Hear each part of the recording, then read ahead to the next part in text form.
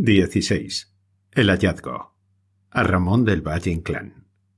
El yate Princesa Alicia volvía de su excursión por el Atlántico, trayendo un botín admirable, absolutamente único, merced a sus redes, de todas formas y de todos sistemas, que arrastrando por entre los bosques de las grandes cimas submarinas, cautivan faunas y floras nunca vistas.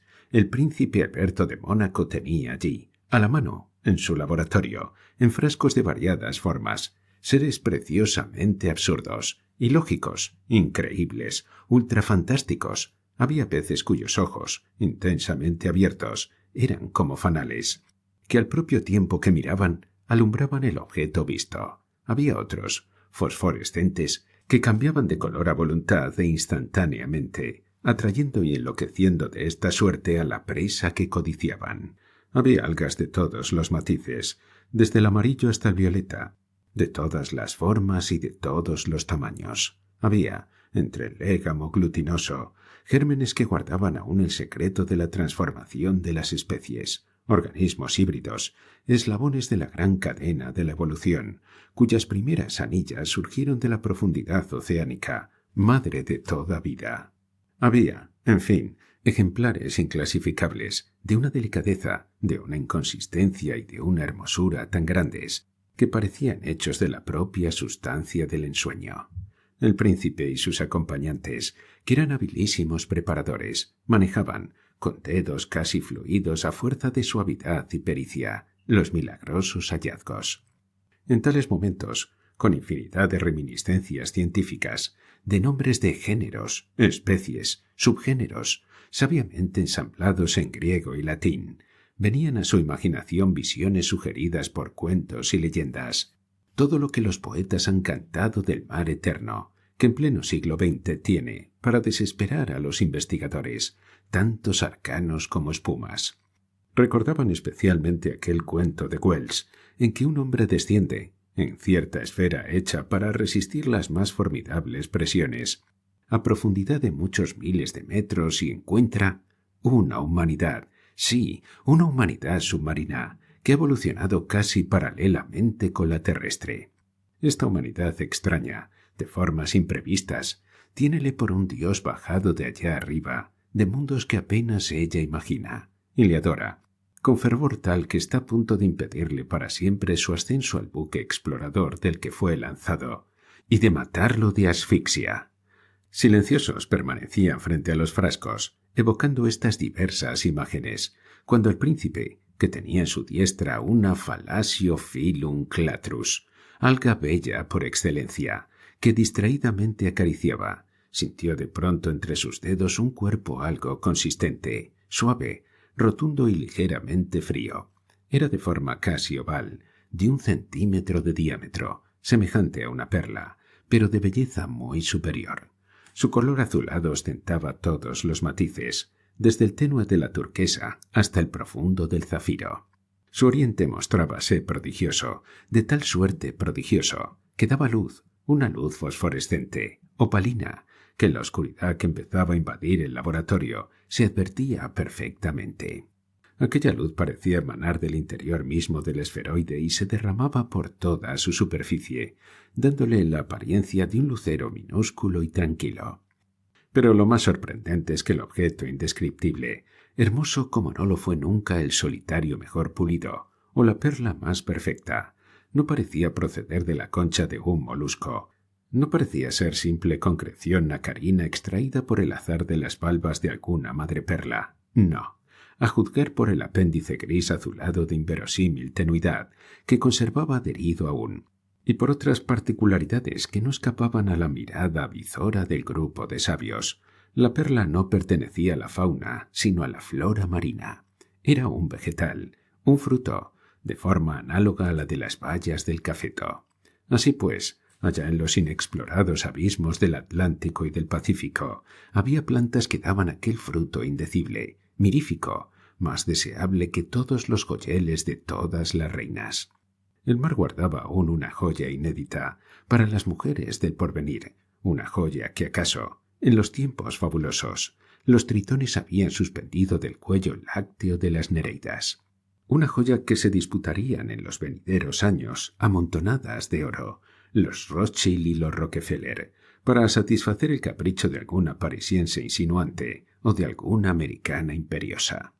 El azar de la red había arrancado de su rama, recientemente a juzgar por las huellas del apéndice seccionado, en cuya herida descubierta advertíase aún algo como un jugo lechoso.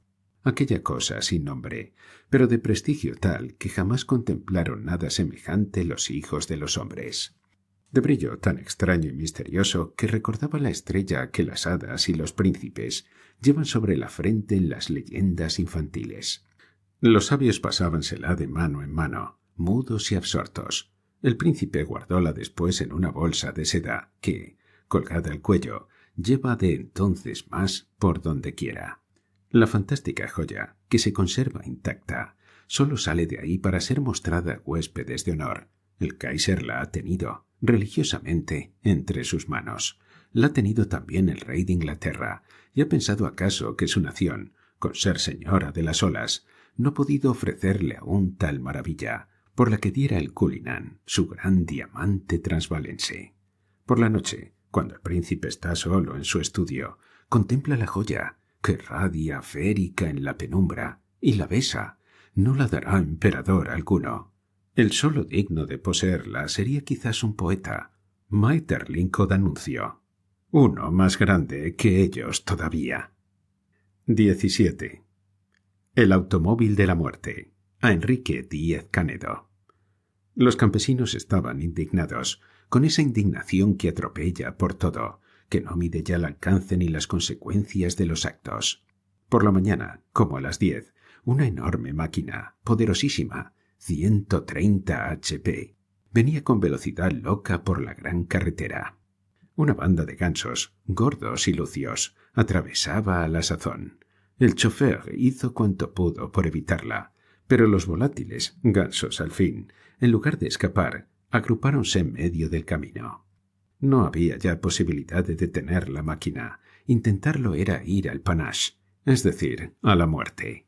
El chofer tomó una súbita resolución y pasó sobre los gansos. ¡Clac, clac! El ruido como de vejiga que se revienta, como de grasa que se aplasta, y un torbellino de plumas blancas. La equidad pedía que la máquina se detuviese más allá, que volviera sobre sus pasos y que el automovilista pagase los daños causados. 5 gansos muertos, a 20 francos por cabeza, cuando menos. Pero el automovilista, que ya se había visto, en su larga carrera deportiva, enredado en otras reclamaciones, temió las cóleras de los campesinos, las dificultades para un arreglo con el pastor, las molestias del juzgado de paz, y siguió a todo vuelo, a 100 y pico a la hora, dejando detrás un reguero de plumas y de indignaciones impotentes. Por la tarde, como si aquello no bastara, otra máquina chocó violentamente con una vaca plácida, pero no hizo caso de la trompa, sumida como estaba en su quieto budismo de rumiante.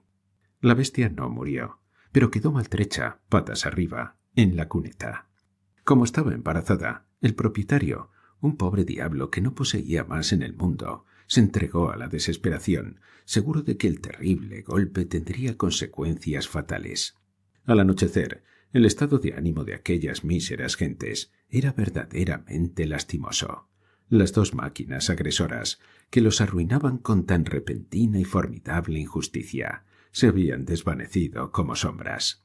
Cuando ellos llegaron, así el de los gansos como el de la vaca, al lugar de la tragedia, de los automóviles no quedaba más rastro que un poco de polvo y un olor de benzina. Imposible ver ni el número ni la procedencia de ninguno de ellos. Habían hecho el mal con escandalosa impunidad, con la aplastante indiferencia de sus 100 y tantos caballos, y habían desaparecido luego por el camino polvoso lleno de huellas. «¡Mis mejores gansos!», gemía el uno. «¡Más de 100 francos! ¡El pan de 3 meses! «¡Mi vaca!», exclamaba el otro. «¡Mi hermosa vaca que vale 200!». Pronto un grupo compacto de labriegos, huertanos y pastores rodeaba a los quejosos. Una ira sorda primero, ruidosa después, se iba exhalando de aquellos pechos rugosos y velludos contra la máquina implacable, soberbia, brutal, que sega vidas y pulveriza haciendas con una indiferencia de Jaggernaut indo, que nunca tiene piedad, que lo menos que hace es arrojar su polvo a la cara de los pobres, de los que no poseen para sus peregrinaciones más que la elasticidad de sus pies o la mansedumbre de su borrico. ¿Cuál de los campesinos sugirió la mala idea? ¿Quién sabe? Pero en aquellos espíritus alterados prendió instantáneamente. Eso era. Había que vengarse. Ya volvería a los automóviles y el que primero pasara se llevaría el castigo. El tremendo castigo. De un cercado cortaron un largo alambre y lo tendieron a través del camino, atándolo fuertemente a 2 árboles, altura bien estudiada. Luego, refugiáronse en un rincón de verdura y de sombra, y silenciosos y fatales como el destino, mudas ya sus cóleras ante la proximidad de la ansiada represalia, esperaron. No esperaron mucho. La noche había caído y en el lejano recodo de la carretera apareció palpitando y resoplando, encendidos sus enormes ojos encandiladores cuyos haces barrían las tinieblas, un gran automóvil descubierto, lleno de risas, de perfumes y de flotar de velos blancos, azules y rosas. Venían el chofer, 4 damas elegantes y lindas, y el marido de una de ellas, cierto título sportman, harto conocido en París, Biarritz y Madrid. Los aldeanos, agazapados, no respiraban. De pronto algo indecible, espantoso, se produjo. El alambre tendido y rígido cercenó, con la misma facilidad con que un hilo secciona un bloque de mantequilla, primero 2 cabezas, luego 3.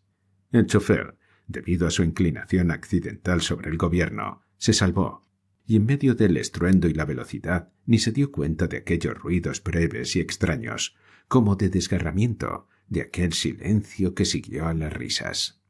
Oh, el automóvil de decapitados, el espantoso automóvil de la muerte, con sus 5 troncos, echados un poco hacia atrás y desangrándose lentamente.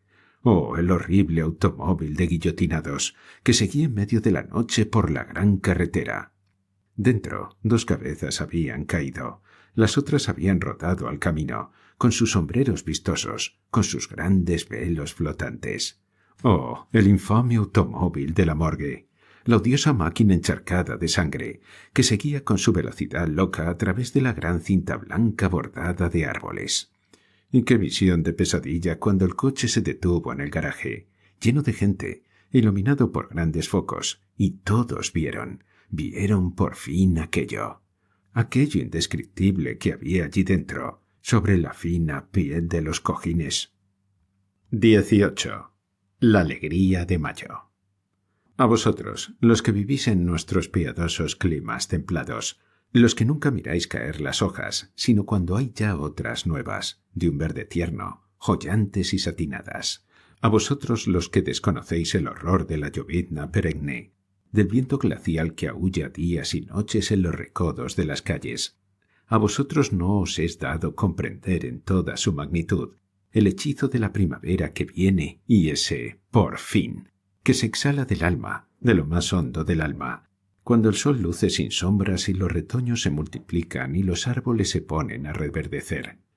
Cuando el sol luce sin sombras y los retoños se multiplican y los árboles se ponen a reverdecer, después de habernos mostrado por más de 6 meses la lamentable desnudez de sus ramas ennegrecidas, mustias y resignadas con no sé qué de fatal a todos los ciertos, a todas las lluvias, a todos los granizos.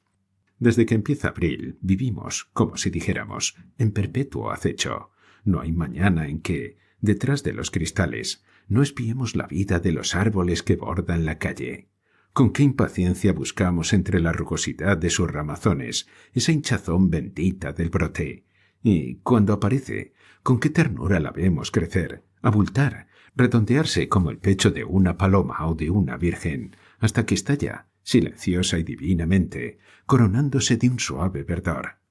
Desde ese día no vivimos sino con los ojos puestos en el árbol más precoz, porque hay árboles que tienen prematura alma tropical, a pesar del apartamiento del trópico, y que se echan a lozanear a destiempo, como nuestros mocitos de 15 años, enamorados perdidamente ya de colegialas. Apenas viene un viento tardío, nos ponemos a temblar. Si acabara con aquel asomo delicado de primavera, Pero no, las sutiles hojas recién nacidas tienen todo el vigor de la savia nueva y están adheridas a su tallo con todo el ímpetu de la vida que vuelve. No caerán. Irán, por el contrario, medrando, medrando y esperanzándose en torno de la rama negruzca que, 2 o 3 días antes, mostraba aún, bajo el cielo lívido, su silencioso y trágico ademán. A juzgar por el amor, por el júbilo interior tan hondo con que vemos revelarse la primavera, con que la olemos y la aspiramos a pulmón pleno, a juzgar por la emoción que entonces suele mojar nuestros ojos, se diría que no creíamos que volviese, que no teníamos fe en la promesa de los gérmenes, ni en nuestras nociones astronómicas. La primavera es una novia que nos sorprende siempre cuando acude a la cita. En cuanto la columbramos, hay en todo nuestro espíritu una exultación loca. Anhelaríamos que el ritmo mismo de nuestra sangre fuese como un Te Deum Laudamus. Nuestra incredulidad, nuestro desconsuelo ante la perennidad relativa del invierno son muy semejantes a los que debieron sentir los refugiados del arca ante el arco iris. ¿Volvería la lluvia implacable? Después de la ostentación misericordiosa del gran signo de colores, fue preciso, según la leyenda, para tranquilizar aquellas almas desoladas, que el Eterno jurase que ya nunca más destruiría el mundo. Así nosotros, cuando se avecina el dulce revivir de todas las cosas. ¿Qué? ¿Es posible? Exclamamos, que haya de reventar una primavera más. Sí, sí, es posible. Nos responden con sus 1000 lenguas los cielos y la tierra, el sol y el aire, el río, el árbol, la golondrina que oblicua su vuelo ágil y gallardo. Sí, es posible. Y la novia calumniada por nuestro escepticismo nos convence al fin, apareciendo triunfal y dándonos un beso en plena boca. 19. 100 años de sueño. Yo no sé si es por el estado de sobreexcitación, de hiperestesia en que vive la humanidad, en fuerza de esta terrible perpetua vibración de la vida moderna, por lo que las dolencias nerviosas son cada día más frecuentes. O sí, por el contrario, lo han sido siempre, y solo la falta de observación o de estadística apropiada las hace aparecer ahora numerosas. Pero sin duda uno de los casos que sí pueden reputarse como de todos los días en nuestra época es el de los sueños prolongados. Los que hojeamos a diario la prensa estamos ya acostumbrados a tropezar con los dormidos en cada gacetilla. No hay casi pueblo del mundo, por pequeño que sea, que no se permita el lujo de un dormido o una dormida. El que menos cuenta con un dormido de 12 meses, y es frecuentísimo que se trate de letargos de 8 y 10 años. Los de 20 y 30 son relativamente raros, pero van siéndolo menos cada día. No creo que tarde mucho en darse el caso de la bella del bosque durmiente. 100 años de sueño que son, en suma, siempre un relámpago, junto a la inconmensurable y quieta eternidad. Parece como que las hadas de los cuentos de Perrault se llaman en la actualidad afecciones nerviosas. La única diferencia que hay entre las dormidas de hoy y la bella de antaño es que aquellas no se despiertan ya para casarse con el hermoso príncipe enamorado. Pero ¿quién sabe si sueñan en las bodas, si su psiquis la realiza en el callado misterio de la mente? Como la multiplicidad de los casos da pretexto a un más concienzudo estudio de ciertas regiones cerebrales, no está quizá lejos el día en que estos letargos, en vez de producirse de una manera fortuita, se logren a voluntad. Entonces, todos los hombres podrán escapar temporalmente al tedio de su vida. Podrán dormirse para despertar en tiempos mejores. Podrán aguardar, en la inconsciencia perfecta, a que se realicen los progresos que sólo han visto en botón. Podrán, en fin, salvar los océanos de las épocas, para volver a la vida en riberas más hospitalarias, entre hombres más cultos y buenos. Así, las imaginaciones de un Poe, en su cuento de la momia, de un Wells, en su Cuando el dormido despierte, se cristalizarán. Como la nutrición puede efectuarse perfectamente durante el sueño, y como, por otra parte, el desgaste orgánico, merced al absoluto reposo, es casi nulo, a todos los hombres les será dado vivir en diferentes épocas, poniendo entre ellas como fuentes de inconsciencia. Bastará para ello una especie de disposición testamentaria, a fin de que los descendientes del que duerme cuiden de alimentarlo y de proteger su sueño, manteniéndole, además, en las mejores condiciones de temperatura y de limpieza posibles. Y a fuerza de repetirse las solicitudes, acabarán por constituirse las compañías del sueño, sociedades anónimas poderosas, que constituirán en climas escogidos edificios especiales, con todas las condiciones higiénicas y antisépticas deseables para los que quieran dormir. Habrá tarifas normadas por el tiempo del sueño, desde 10 hasta 100 años. Vigilantes solícitos se encargarán de asear, nutrir y cuidar a los dormidos. Cada uno de estos últimos tendrá a su lado, en lugar visible, de manera que puedan leerse a todas horas las instrucciones correspondientes a su caso. Por ejemplo, número 201. Duerme desde el 30 de marzo de 1915. Deberá despertarse el mismo día del mismo mes del año 2015. Alimentación diaria. Tantos gramos de esto, tantos de aquello, tantos de lo demás allá. Temperatura que debe mantenérsele, tantos grados, etcétera, etcétera. Los dormitorios serán probablemente de cristal, como los de las cuveuses d'enfants, los lechos niquelados como los de las clínicas. Un tapiz espeso impedirá el menor ruido de pasos. El dormido reposará en paz, mientras la vida, en su alrededor, sigue su curso. Un paréntesis invisible lo separará de las diarias perspectivas mundanales, en tanto que su psiquis manumisa vuela a través de quién sabe qué esferas de luz. Casi ni latirán sus pulsos ni se moverá su corazón. Una suave palidez dará a su rostro aspecto marfileño. Sus descendientes, nietos, bisnietos, tataranietos, podrán ir a verle en determinados días, menudeando sus visitas a medida que se aproxime el despertar. Cuántas curiosidades aletearán en torno de aquella gran urna de vidrio. ¿Qué va a decirles el antepasado cuando despierte?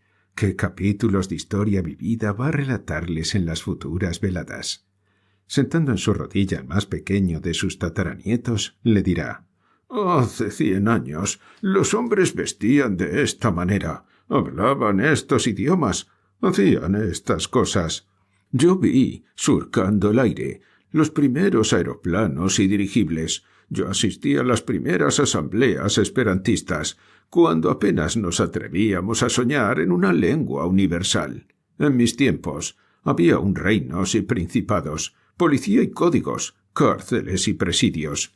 ¡Qué lejos están todas esas cosas!». Y el niño se quedará pensativo, mirando al antepasado pálido y sonriente, que ha vuelto de un sueño misterioso de 100 años. «¿Cómo era mi rebisabuela? Di, ¿tan hermosa como aparece en los retratos?», le preguntará.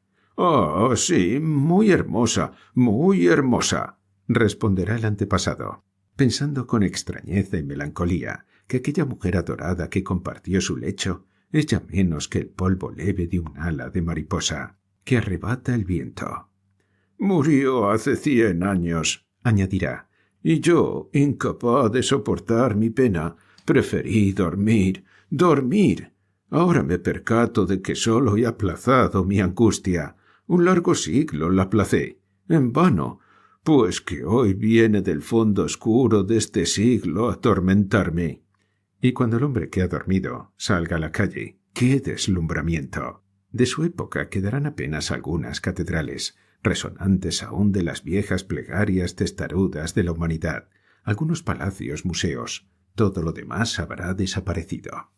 Las casas tendrán otra forma. Las calles se moverán como anchas cintas fantásticas, simplificando el tráfico. Una ciudad subterránea, de trabajo y de lucha, a la luz de los focos, completará a la otra, a la que llena de mármoles y de oro, estremecida de músicas y de risas, florecerá allá arriba, en la gloria dorada del viejo sol. Y el hombre aquel, nostálgico de su tiempo, triste de mirarse aislado, con la sensación de una infinita soledad en el alma, objeto solo de curiosidad para los nietos de sus nietos, entre los cuales se sentirá como extraño, indiferente a los formidables progresos de la especie, que antes deseaba ver y presentía con ansia, incapaz, en fin, de amar porque está aún enamorado de su muerta, querrá dormir de nuevo. pero en esta vez no ya en su urna de cristal, de donde manos solícitas habrían de despertarle en lo futuro, sino dormir para siempre y volverse polvo y sombra impalpable, como aquella a quien amó y cuya alma tal vez le espera, hace más de 100 años, al borde de lo desconocido, preguntándose con sorpresa: ¿por qué tarda? ¿Por qué tarda tanto en llegar? 20. La llave. Un título de Castilla, que ha vivido mucho en Granada, me contaba la siguiente historia incomparable. Cierto moro de antigua familia heredó, como el bien más preciado, una vieja llave herrumbrosa. «Esta llave», dijéronle sus padres, «ha venido transmitiéndose de padre a hijo desde hace más de 4 siglos». Cuando Boabdil, el chico, abandonó obligado por las lanzas cristianas el Edén de sus mayores, nuestro antepasado, que hubo de seguirle, dio un desgarrador adiós a la casa donde había nacido y, como muchos otros, llevó consigo la llave simbólica, con la que un día él o alguno de sus descendientes tornaría a abrir el ferrado portón que amparó los más felices años de su vida. Alá no plugo que volviese, y las generaciones se han sucedido, guardando el precioso depósito, mirando, melancólicamente, más allá de la banda azul del mar, la ribera dorada donde reinaron sus abuelos, e imaginando la vega verde y florida y la serranía azul y nivosa. El joven moro no pensó desde entonces sino en venir a Andalucía. Trabajó, economizó, y al fin se embarcó en Tánger para Málaga y de allí fue a Granada. ¿Cómo medir la intensidad de sus sentimientos al pisar la tierra bendita? No, no era solo su corazón, eran los corazones de sus padres, de sus abuelos, de todos sus antepasados, los que brincaban en su pecho. Eran los labios de todos ellos los que besaban los azulejos y los arabescos de la Alhambra. Era el ensueño de todos ellos, el que aleteaba a la fresca sombra de las enrejadas callejuelas. Poseía él un plano de la ciudad, muchas indicaciones precisas, y con instinto de amor y con emoción ancestral, púsose a buscar su casa.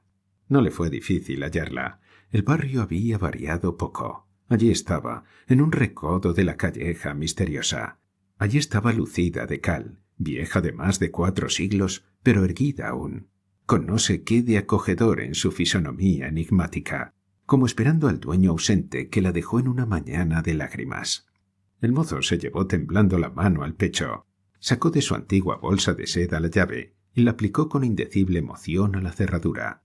La llave entró suavemente, giró sin esfuerzo, moviéronse los pestillos saliendo del cerradero, y la puerta se abrió, cantando, a la presión de la mano del marroquí. Intencionalmente, no quise preguntarle a mi amigo qué sucedió después. Encontró el moro todo lo mismo que se lo habían descrito sus padres. ¿Rostros hostiles y manos violentas lo apartaron de la secular morada de los suyos? ¿O por el contrario, feliz, pudo adquirir la casa y vive allí, enredando plácidamente sus memorias, mientras el agua, en la fuente del patio, canta su canción monótona, la misma que en las siestas ardientes arrulló el ensueño islámico de sus antepasados? ¿Quién sabe? Hay historias que no deben tener desenlace, y esta es una de ellas.